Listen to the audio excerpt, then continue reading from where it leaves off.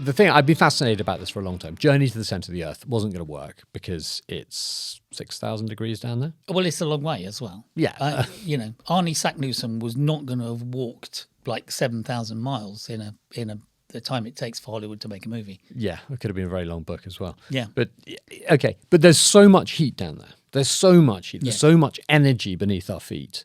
And we Pops up occasionally. It does pop up occasionally, but we've got to be able to use it more. I mean, we are using it. It's geothermal power is what it's called. Yep. It's heat down below us. And as we've talked about before, to make electricity, what you really need is heat. You burn stuff or you use nuclear. You heat water, you spin a turbine, right? So we've got to be able to get the heat from beneath our feet and use that. You can, but it's one of these strategic dilemma problems that the greater the source of heat close to the surface, the less stable it is. Because you've obviously got molten rock coming up in a completely unstable environment, or you've got hot rocks. Iceland, for instance, has got a lot of hot rocks. But in the recent past, Iceland has started to become less stable. It's going through a volcanic cycle where... When you say less stable, you mean the heat's going up and down, it's fluctuating? Well, the thing is, it's coming up and it's destroying the pipes and the power stations, because although the pipes and the power stations are fairly robust, a few thousand degrees of molten rock flowing over them tends to cause severe amounts of not working anymore. But is it always correlated with volcanoes? It's not really. The thing is, you've either got to drill a hole into the core of the Earth, which is about 6,000 or 7,000 miles away, which is a long pipe to remain stable with plates of the Earth moving around all over the place, or you do it in a place where the heat from the core of the Earth is closer to the surface, which is the tectonic plates around the planet where they come together. You tend to have fractures which allow some of the heat to come up to the surface, which is why you've got the Ring of Fire in the Pacific and things like that. So we've got unstable. Yeah, California. Yes. And San Andreas Fault. Yeah, unstable. I mean, Iceland's interesting. They have they're powered pretty much completely from geothermal. Yes, I think a very cheap power. It's been there a long time. Yes, it's completely carbon free. Yes, their prices are on the floor. They use it for heating as well, but they get that you need the hotter water for electricity, which they have. The UK, we don't have a lot. There are a couple down in Cornwall. Yes, there are, but the reason the UK hasn't got a lot is not because the heat isn't down there, but it hasn't come up. The places where there is lots of geothermal power is where the heat is penetrating the crust and coming up to the surface. Iceland sits at the top of the fault that runs down the middle of the Atlantic, which I don't know if you've seen all the nice, interesting documentaries on the telly. There's lots of bubbly things and strange shrimps and stuff that live on all these little heat cones at the bottom. And they've got a place where the cap of rock doesn't break up that much, but the heat is quite close to the surface. So the whole of Iceland is basically a big hot rock. And it's hot enough to generate steam. But again, it's the dilemma. The hotter you want it, the less stable the source is going to be. I think what we're saying is there are various ways of doing it. As you said, in Iceland, you can stick a straw in the ground and it's boiling. Boiling water comes out immediately. Yep. But obviously, everything's moving around. You've got a volcano exploding, so it's pretty difficult. You've got the mid-range where there's some stuff happening in Cornwall. You can go down 5 kilometres or so.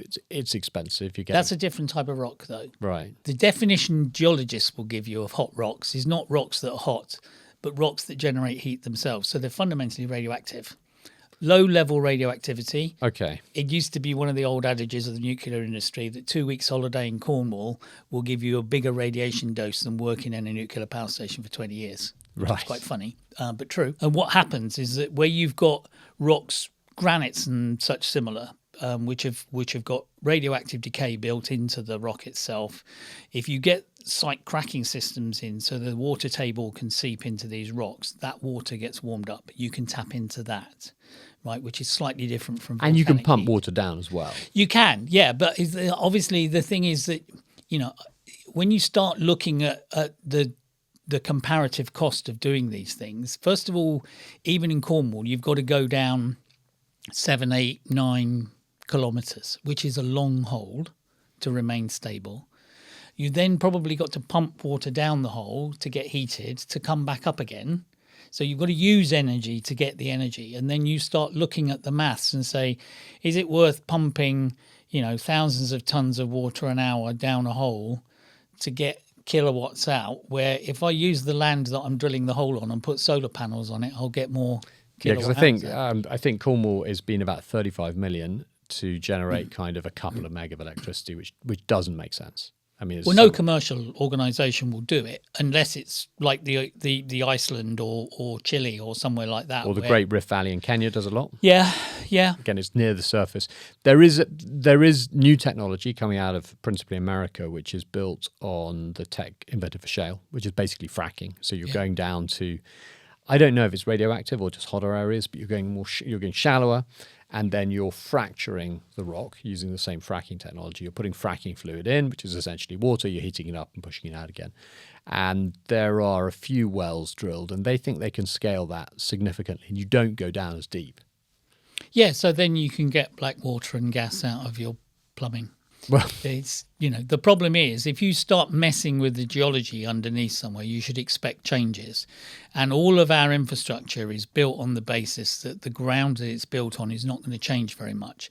This is the Iceland problem. Are you going to spend millions, potentially billions, on a new power station in Iceland only for the geology to move around slightly and wipe it all out in an afternoon?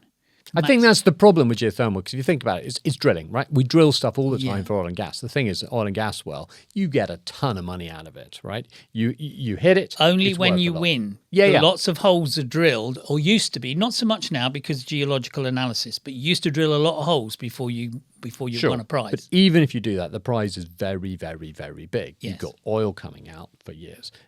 With geothermal, same drilling, you're getting hot water. It's just not worth as much. Yeah. Because hot water's cheap. We throw billions of tons of hot water away every year, everywhere. That's a heating episode. Let's go on to that another time. Yeah. But yeah, I mean, I think geothermal is really interesting, but the place, you just can't do it in that many places where the heat's close to the surface, and drilling down further is too expensive. So I think it's a little bit like wind. You can do it in certain places, and it's worth doing in certain places. Yeah. But it's not going to solve the energy transition. But we'll have some. Because of the way the economics is working now, everything is becoming pegged against what do solar and batteries cost. Yeah. And that's going to be the deciding cut-off line for every technology going forward. I agree completely. And more and more as every day goes past, I think it's solar and batteries for 80%, and you've got a bit of wind, a bit of geothermal, some nuclear, a little bit of fossil for whatever reason, and we're done.